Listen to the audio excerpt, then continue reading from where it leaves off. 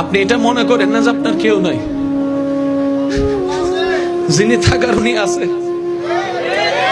উনার নজর না থাকলে তো নিঃশ্বাসটা চলতো না, উনার নজরটা না থাকলে তো খাওয়ার স্বাদ বুঝতেন না, উনার নজরটা না থাকলে তো ডুবটা গোলার নিচে নামতো না, উনার নজরটা না থাকলে খাবারটা তো ভাইয়া হজম হতো না।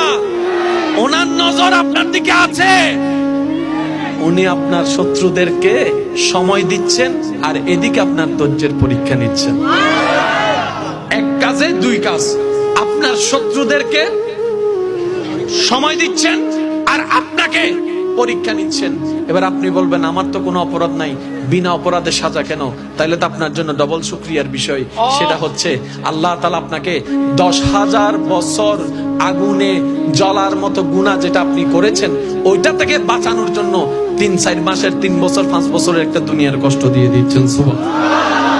এবার বলেন লাভ না লস? জোরে বলেন লাভ না লস? আরো জোরে বলেন লাভ না লস? আল্লাহর বান্দা বা লসে থাকবে, এটা হয় কেমনে?